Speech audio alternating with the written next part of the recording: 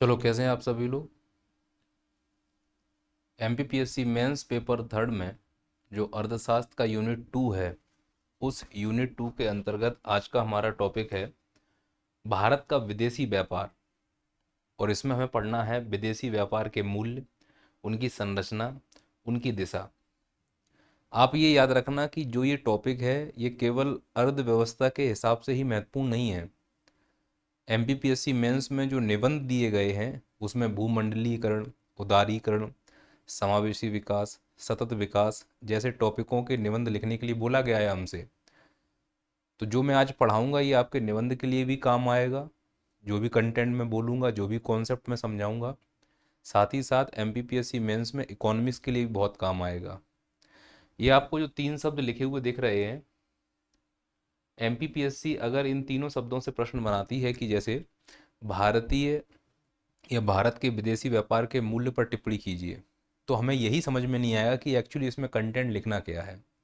ना हमें व्यापार की दिशा मालूम है, ना संरचना मालूम है। केवल इतने आंकड़े याद कर लेना कि हम फलानी वस्तु को सबसे ज़्यादा निर्यात करते हैं और फलाने देश में सबसे ज़्यादा निर्यात करते हैं, ये टॉपिक कंप्लीट नहीं होगा।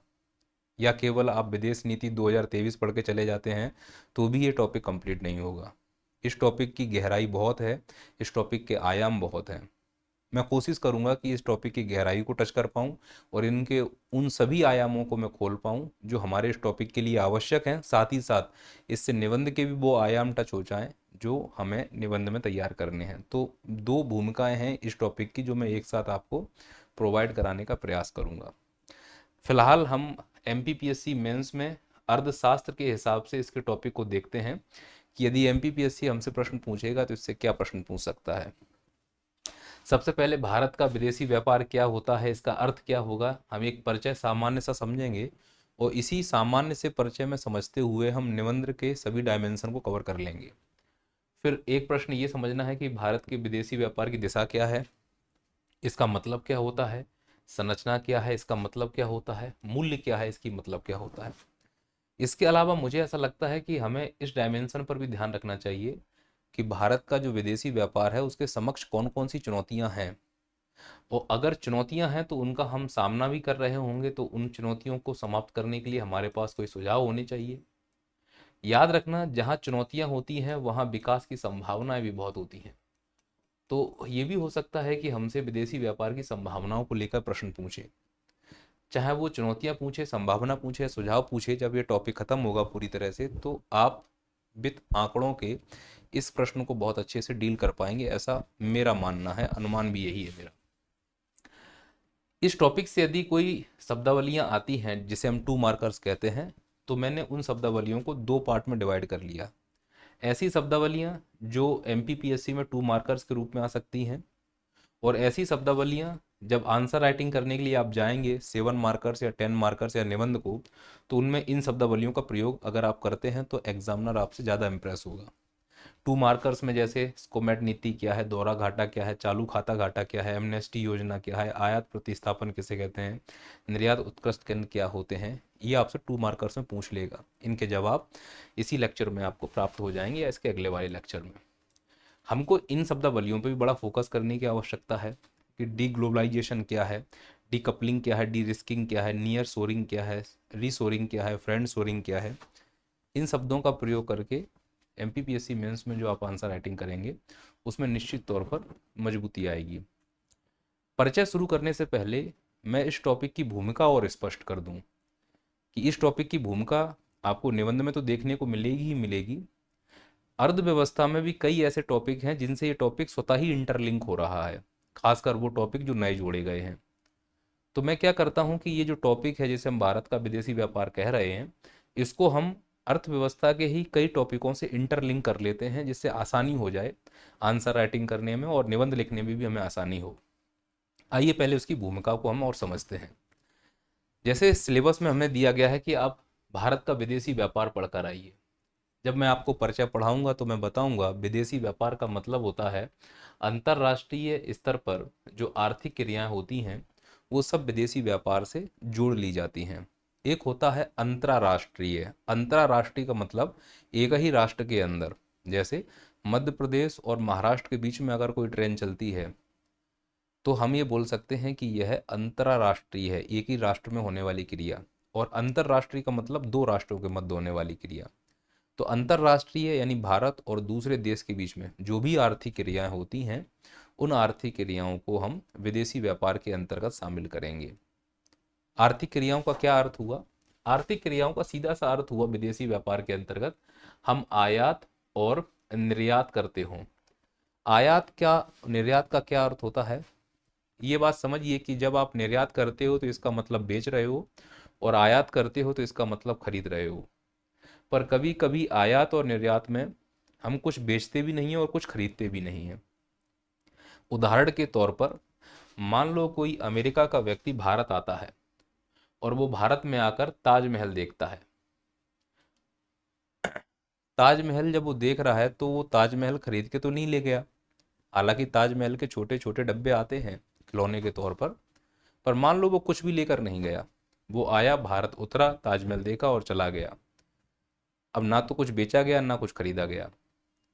मोटी मोटी दृष्टि से देखें तो हम हमेशा वस्तुओं पर ही ध्यान रखते हैं, पर हकीकत यह है कि जो वो अमेरिका का व्यक्ति भारत में आया था, उसने जो ताजमहल देखा और हमने जो उसे ताजमहल दिखाया तो हमने उसकी सेवा की है। तो सेवा और वस्तु दोनों के आयात निर्यात शामिल होते हैं। इसीलिए आयात और निर्यात की परिभाषा गढ़ते समय ये मत सोचो कि बेचा क्या खरीदा क्या। आयात निर्यात को आप ऐसे समझो कि खर्च किसका हुआ। अगर विदेशी व्यक्ति भारत में खर्च कर दे, यानी विदेश का रुपया अगर भारत के संसाधन पर खर्च हो जाए, तो इसे हम निर्यात कहेंगे। और भारत का रुपया अगर विदेश के संसाधनों पर खर्च हो जाए तो इसे हम आयात कहेंगे। फिर चाहे वस्तु आए या ना आए, बस पैसा खर्च होना चाहिए। याद रखना, जब हम निर्यात करते हैं तो हमारी जेब में पैसा आता है, क्रेडिट होता है। जब हम आयात करते हैं तो हमारी जेब से पैसा जाता है, डेबिट होता है। तो निर्यात का मतलब क्रेडिट और आयात का मतलब डेबिट। ये आप भुगतान संतुलन में बहुत अच्छे से समझेंगे। तो आर्थिक क्रियाओं का मतलब आयात और निर्यात होता हो, और आयात निर्यात का मतलब मैंने आपको समझा दिया। किन चीज़ों का आयात निर्यात होता है? वस्तुओं का हो सकता है, सेवाओं का हो सकता है, श्रम और पूंजी का हो सकता है। अगर आप देखो तो ये पूंजी ही वस्तु है, ये श्रम ही सेवा है, लेकिन मैंने फिर भी इसको तोड़कर समझा दिया आपको।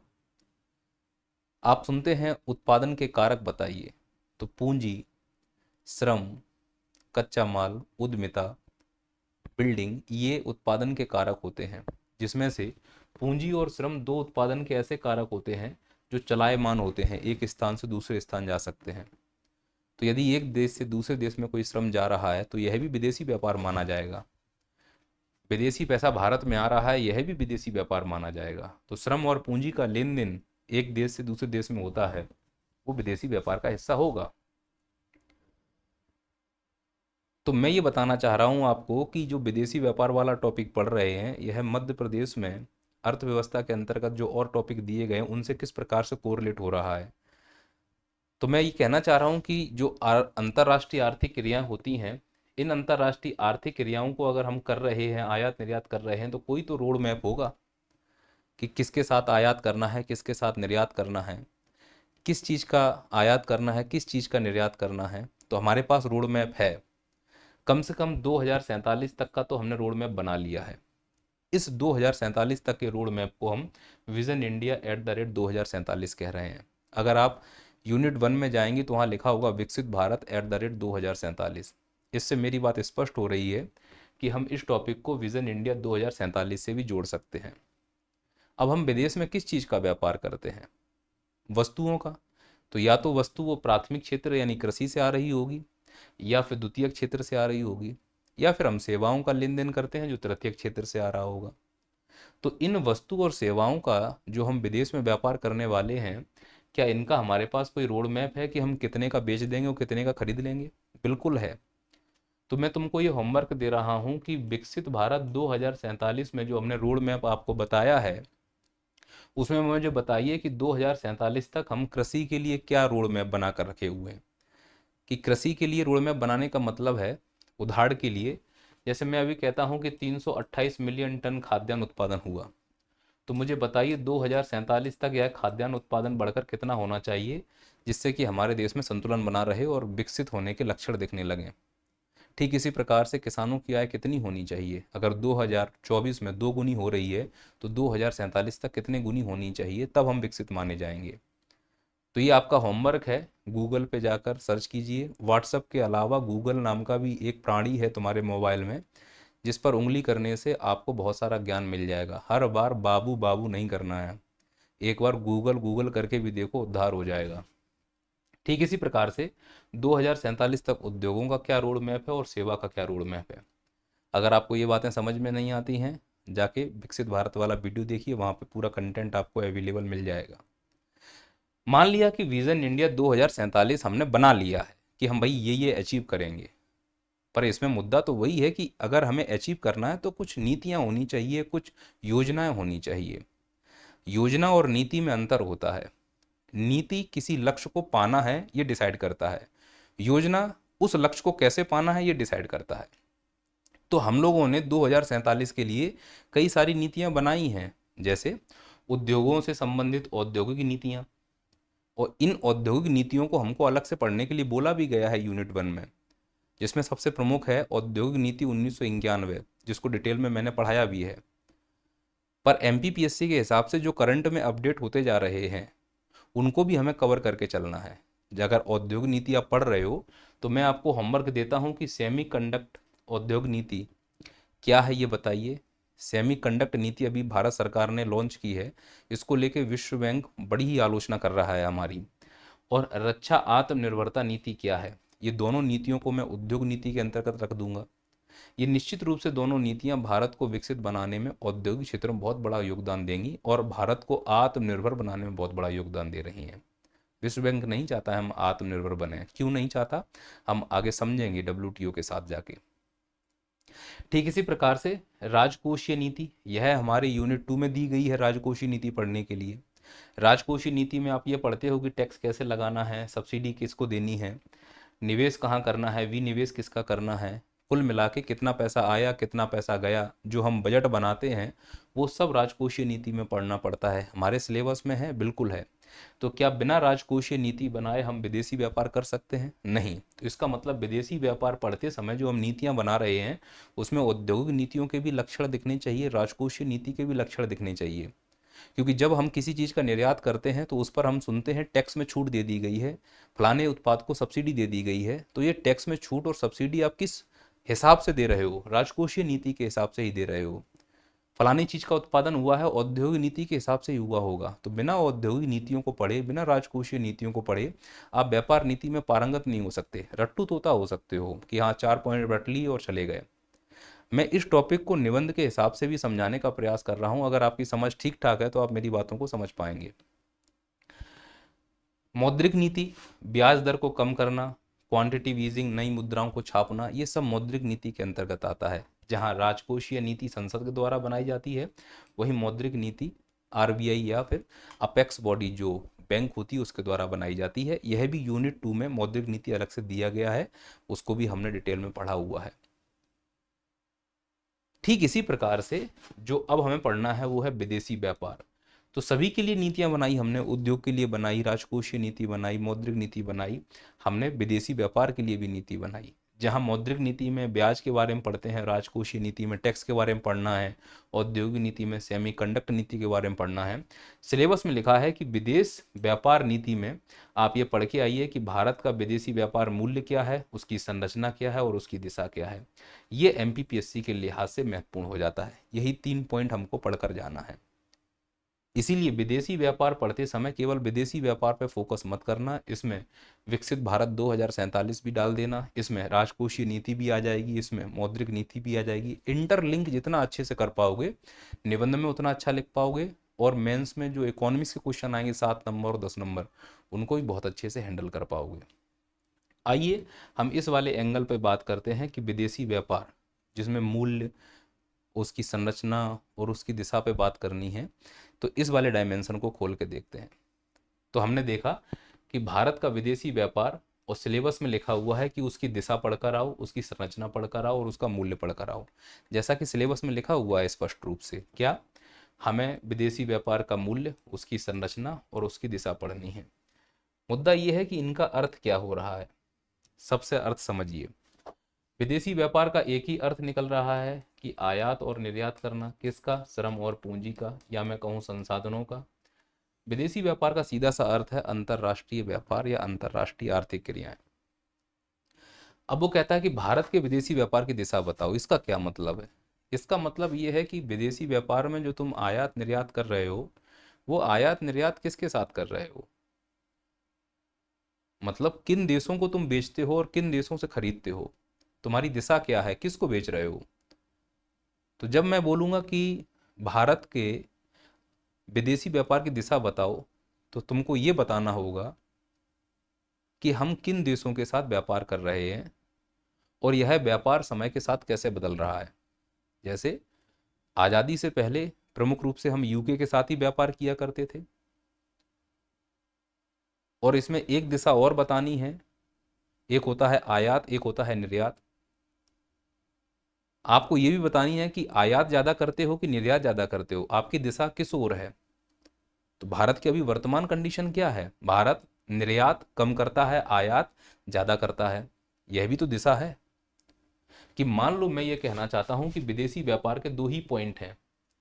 एक है आयात करना, मतलब मंगाना, और एक है निर्यात करना, मतलब बेचना।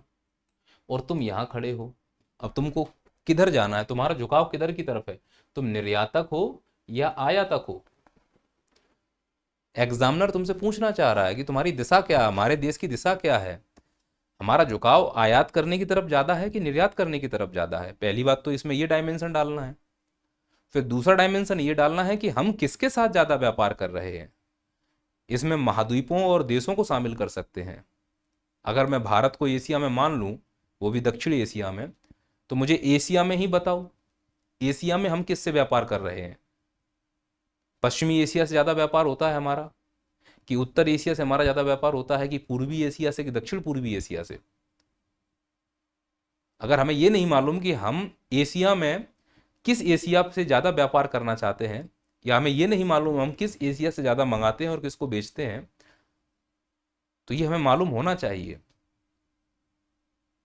और उसकी प्रवृत्ति भी मालूम होनी चाहिए कि समय के अनुसार हमारा व्यापार किससे बदल रहा है। औपनिवेशिक काल में पूरा व्यापार हम ब्रिटेन से किया करते थे। फिर 1950 से लेके 1980 के दशक में हमने यूएसए को पकड़ लिया। बीच में हम यूएसएसआर को पकड़े रहे। अब हम एशिया में जाके प्रमुख भूमिका निभा रहे हैं।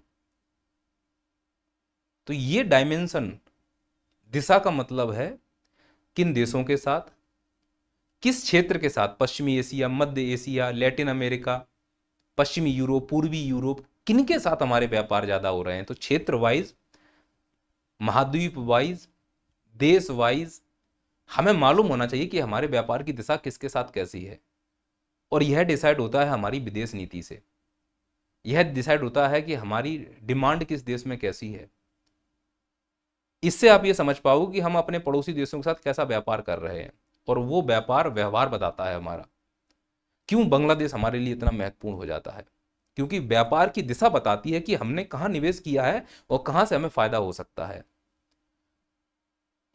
मेक थाई नेवर बेगर, अपने पड़ोसी को गरीब बना दो तो तुम भी गरीब बनने के लिए तैयार हो जाओ। भारत के जितने भी पड़ोसी देश हैं, उनकी हालत धीरे धीरे खस्ता हो रही है। श्रीलंका है, मालदीव है, अब बांग्लादेश है, अफगानिस्तान तो पहले ही कचड़े में चल रहा है। तो ये देश जितने अव्यवस्थित होंगे, इनकी अव्यवस्था का प्रभाव भारत पर पड़ेगा। भारत हर संभव प्रयास करता है कि उसका पड़ोसी कमजोर ना हो। संगत का असर होता है। अगर पड़ोसी कमजोर है तो तुम भी कमजोर होगे। तुम्हारा दोस्त अगर निगेटिव विचार वाला है तो तुम भी निगेटिव विचार वाले होगे। तुम्हारा दोस्त अगर संपन्न है तो तुम भी संपन्न होगे। उठना बैठना तय करता है कि तुम्हारा लक्ष्य क्या है। तो भारत चाहता है कि उसके पड़ोसी देश संपन्न हो। और भारत जब बजट बनाता है तो उस बजट में पाकिस्तान को छोड़कर लगभग सभी पड़ोसी देशों को कुछ ना कुछ वो प्रावधान देता है, चाहे ऋण के रूप में दे या अनुदान के रूप में दे। जब इन पड़ोसी देशों में कोई आपदा आती है, जैसे भूकंप, सुनामी, भूस्खलन, तो भारत जाके उनको मदद करता है।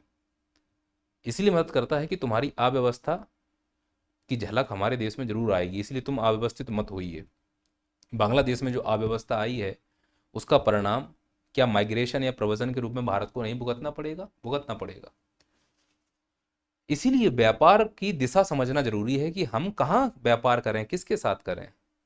और इस दुनिया बड़ी मतलबी है। व्यापार का मतलब होता है मतलब, एक दूसरे को फायदा होना, वही व्यापार है। और तुम भी देखो, तुम ऐसे लोगों को ही दोस्त बनाना चाहोगे जिनका भविष्य अच्छा हो। तुम्हारे स्कूल में जो दोस्त रहा करते होंगे, हालांकि दोस्ती में छोटा बड़ा कुछ नहीं होता, लेकिन मतलब बता रहा हूँ, दोस्ती में मतलब भी तो नहीं होता। मैं तो बात मतलब की कर रहा हूँ। वो दोस्ती कहाँ जहाँ मतलब आ गया। दोस्ती तो बिना मतलब की होती है, दोस्ती दोस्ती होती है। पर जो मतलबी लोग होते हैं वो ऐसे लोगों से व्यापार करना चाहते हैं, व्यवहार करना चाहते हैं जिनका कुछ रुतबा हो। तुम अगर अधिकारी बन गए तो 4 लोग तुमको मैसेज करेंगे, तुम्हारी फोटो लगाएंगे व्हाट्सएप पे कि हैप्पी बर्थडे दीदी, हैप्पी बर्थडे भैया। और तुम कुछ नहीं, तुम्हें कोई पूछेगा भी नहीं, क्योंकि उन्हें मालूम है कि इनके साथ संबंध बनाने में उनका फायदा है। कहीं गाड़ी पकड़ जाएगी तो छुड़वा देंगे, कोई काम फंसेगा तो करवा देंगे। दोस्ती इसलिए नहीं होती है कि सम्मान करते हैं, इसलिए होता है क्योंकि मतलब में काम आओगे। तो विदेशी व्यापार भी यही होता है कि भविष्य में किसका पल्ला भारी है और हमें किससे ज्यादा लाभ हो सकता है। तो वो दिखाती है विदेशी व्यापार की दिशा, और इस दिशा को हमें समझने की जरूरत पड़ेगी। फिर दूसरा है विदेशी व्यापार की संरचना। इसमें क्या पढ़ना पड़ेगा? इसमें हमें यह पढ़ना पड़ेगा कि आयात निर्यात किसका हुआ है। अगर मैं आपसे पूछूं, बताओ भारत किस वस्तु का सबसे ज्यादा निर्यात करता है? हमें पता ही नहीं कि भारत बेचता क्या है। क्या बड़े बड़े टरबाइन भारत बेचता है? फार्मास्यूटिकल भारत बेचता है? संतरे बेचता है? आम बेचता है? क्या बेचता है भारत? और भारत सबसे ज्यादा क्या खरीदता है? जो खरीदता है वो मालूम है कि सबसे ज्यादा हम पेट्रोल खरीदते हैं। तो संरचना बताओ कि हम बेचते किसको ज्यादा है और खरीदते किसको ज्यादा है, चाहे वस्तु या सेवा हो। तो जब मैं बोलूंगा कि विदेशी व्यापार की संरचना है, तो इसका मतलब है आयात निर्यात किसका हुआ है ये बताओ। और जब मैं बोलूंगा विदेशी व्यापार की दिशा, तो आयात निर्यात किसके साथ हुआ है ये बताओ। आयात निर्यात किसके साथ हुआ, अर्थात अन्य देशों के साथ व्यापार की प्रवृत्तियां बतानी है हमको। ठीक इसी प्रकार से वस्तु और सेवाओं के लेन देन की प्रवृत्तियां बतानी है हमको, कि हम किसको ज्यादा लेते हैं किसको नहीं। और जब बात मूल्य की आ जाएगी, तो आयात निर्यात कितना हुआ है, पैसे बताओ। लेन देन का मूल्य घाटा हुआ है कि प्लस हुआ है, इसकी प्रवृत्तियां बताओ। किस वस्तु को हमने घाटे में बेचा, किस वस्तु को हमने अधिशेष में खरीदा।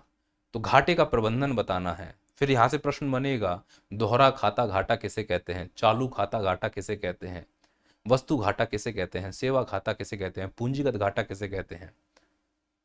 ये सब हम इनसे समझेंगे। और हकीकत ये है कि ये जो तीनों टॉपिक तुमको दिए गए हैं, इन सभी का जवाब हमको 2 जगह मिल जाएगा। एक, भुगतान संतुलन, बैलेंस ऑफ पेमेंट वाले टॉपिक को पढ़ोगे तो ये तीनों अपने आप आंसर आ जाएंगे।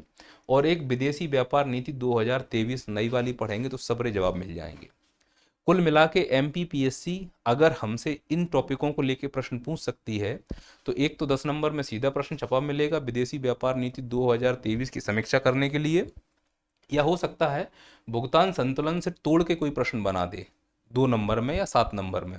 अब भुगतान संतुलन जैसा शब्द कहीं नहीं लिखा हुआ है, लेकिन इसका अर्थ यही हुआ है कि बिना भुगतान संतुलन के कॉन्सेप्ट को समझे बिना आप इन दिशा संरचना और मूल्य के कॉन्सेप्ट को नहीं समझ पाओगे।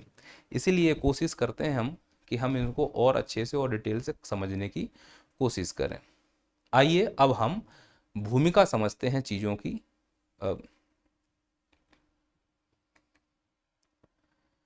तो मैंने ये कहा, तो अब आपको ये क्लियर हो गया होगा कि हम क्या पढ़ रहे हैं। हम पढ़ रहे हैं भारत का विदेशी व्यापार। और इस विदेशी व्यापार में पहला टॉपिक हमको परिचय पढ़ना था। पर परिचय पढ़ाने से पहले मैंने इस टॉपिक की भूमिका समझाई कि यह टॉपिक किस प्रकार से आपके निबंध में काम आ सकता है। यह टॉपिक किस प्रकार से अर्थव्यवस्था के अन्य टॉपिकों से अंतर संबंध है, जैसे विकसित भारत से कैसे संबंधित है, यह औद्योगिक नीतियों से कैसे संबंधित है, राजकोषीय नीति मौद्रिक नीतियों से कैसे संबंधित है। और फिर मैंने आपको बताया कि इसमें जो विदेशी व्यापार के टॉपिक दिए गए हैं, दिशा, संरचना और मूल्य, इनका क्या अर्थ है। आइए एक एक करके हम इनके परिचय पर आइए एक एक करके हम इन पर बात करते हैं। सबसे पहले विदेशी व्यापार का परिचय समझते हैं कि विदेशी व्यापार के परिचय का क्या मतलब है। सीधी सी बात है, विदेशी व्यापार के परिचय का अर्थ हुआ अंतरराष्ट्रीय आर्थिक क्रियाएं। अब अंतरराष्ट्रीय आर्थिक क्रियाओं का मतलब वही आयात और निर्यात करना। इस अंतरराष्ट्रीय आर्थिक क्रिया में जब हम आयात और निर्यात करने के लिए जाते हैं तो बड़ा प्रश्न ये आता है कि ये आयात और निर्यात होंगे कैसे, हमें किससे संपर्क करना पड़ेगा आयात और निर्यात के लिए। और इसमें भी दो चैलेंज, जिस देश से हमें निर्यात करना है उस देश में किससे संपर्क करूं कि भाई साहब ये सामान बेचना है मुझे बाहर, और जिस देश में निर्यात करना है उसमें किसके पास संपर्क करूं कि भाई साहब तुम खरीदोगे कि नहीं। तो माध्यम तो होना चाहिए। अगर नैया पार अपनी क्लास अमेरिका को बेचना चाह रही है तो भारत से बाहर जाने के लिए कोई तो अथॉरिटी होगी जो हमारी क्लास को बाहर लॉन्च करने के लिए पहले परमिशन देगी। तो मुझे मालूम होना चाहिए कि भारत से अगर मैं सामान बनाता हूँ और इसे दूसरे देश में बेचना है तो भारत में वो संस्था कौन सी है जो इस विदेशी व्यापार से संबंधित कार्यों को देखती होगी। तो हमें मंत्रालय मालूम होने चाहिए, संबंधित विभाग मालूम होने चाहिए। तो इस क्लास में जितना आप अंदर जाओगे उतना आपके व्यवहारिक ज्ञान को बढ़ोतरी मिलती जाएगी। कैसे काम करता है, तो भाई संस्थाओं और मंत्रालयों के द्वारा। तो जो व्यापार होता है उसमें भी तीन कैटेगरी होती हैं। एक तो होता है कि स्वतंत्र व्यापार, मतलब किसी से अनुमति लेने की आवश्यकता नहीं है आपको। दूसरा होता है संरक्षण, अनुमति के बिना नहीं हो सकता। और तीसरा होता है तटस्थ। यहाँ रखना, तटस्थ का मतलब स्वतंत्र नहीं है, ये तटस्थ का मतलब ना तो ये ना ही ये एक प्रकार से मानता है कि ये दोनों बेकार हैं। अर्थात यह कहना चाहता है कि यह व्यापार होना ही नहीं चाहिए, विदेशी व्यापार अब किसी काम का नहीं है। कुछ विद्वान मानते हैं कि विदेशी व्यापार विकास का इंजन है, कुछ विद्वान मानते हैं कि विदेशी व्यापार अब विकास का इंजन नहीं रहा। और ये दोनों ही विद्वान सही हैं और मैं दोनों ही विद्वानों की कथन की पुष्टि करने में सक्षम हूं और समय आने पर कर भी दूंगा। पर अभी तो ये समझने का प्रयास करो। मेरा टीका खतरनाक लग रहा है ना, पसीने में एकदम चमक रहा है, कतई चंबल का डाकू लग रहा हूं। भवानी सिंह। स्वतंत्र व्यापार का मतलब ऐसा विदेशी व्यापार की रणनीति जो विशिष्टीकरण पर बल देती हो। स्वतंत्र व्यापार का मतलब सरकार का कोई हस्तक्षेप नहीं है और इस व्यापार से विशिष्टीकरण आता है। यह होता क्या है आगे समझेंगे। संरक्षण प्रधान, यह शिशु उद्योगों के लिए समानता या समतल तल लाने का प्रयास करती है, लेवल प्लेइंग फील्ड बनाने का प्रयास करती है। और इसके समर्थक में हैमिल्टन और बेस्टविल है, जबकि इसके समर्थन में हैवर्लर और सैमुअल्सन है। तटस्थ का मतलब ना ये होना ही नहीं चाहिए, सीधा सा अर्थ ये है। मतलब व्यापार दोनों पक्षों के लिए लाभकारी नहीं है।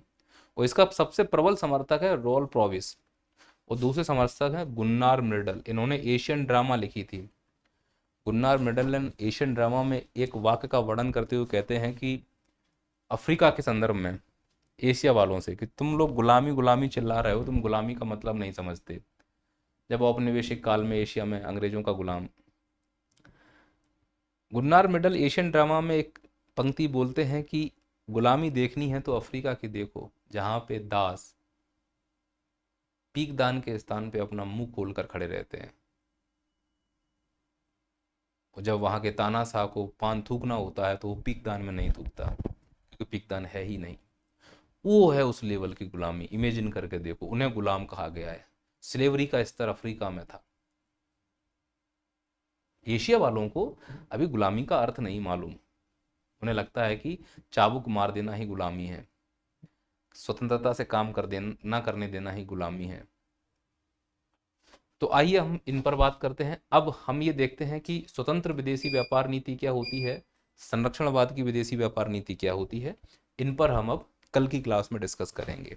लाइट नहीं है, गर्मी लग रही है, तो अब पार्ट नंबर 2 देखिएगा आप।